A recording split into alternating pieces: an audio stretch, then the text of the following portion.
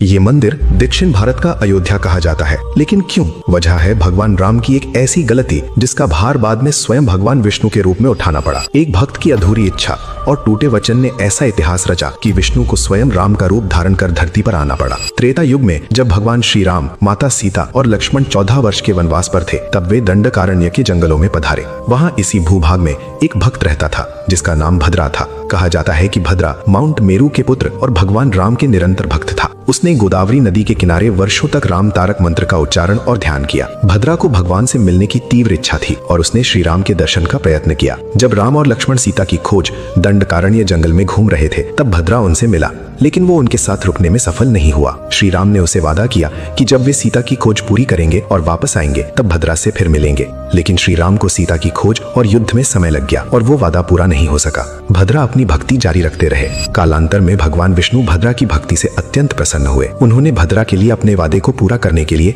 स्वयं 4 भुज वैकुंठ राम के रूप में प्रकट होने का निर्णय लिया और यहाँ पर भगवान राम, माता सीता तथा लक्ष्मण रूप में प्रकट हुए। इस रूप में श्री राम के 4 हाथ थे, जिनमें शंख, चक्र, धनुष और बाण थे, और सीता माता उनके बाएं पैरों पर विराजमान थी, जबकि लक्ष्मण उनके बाएं खड़े थे। यही दिव्य प्रकट रूप और राम की उपस्थिति इस स्थान को भद्राचल बनाती है। यहाँ भगवान ने भद्रा की आस्था पूरी की और उसी आधार पर श्री सीता रामचंद्र स्वामी मंदिर की नींव पड़ी। इसे दक्षिण भारत का अयोध्या भी कहा जाता है, क्योंकि यह रामायण के वनवास की भूमि से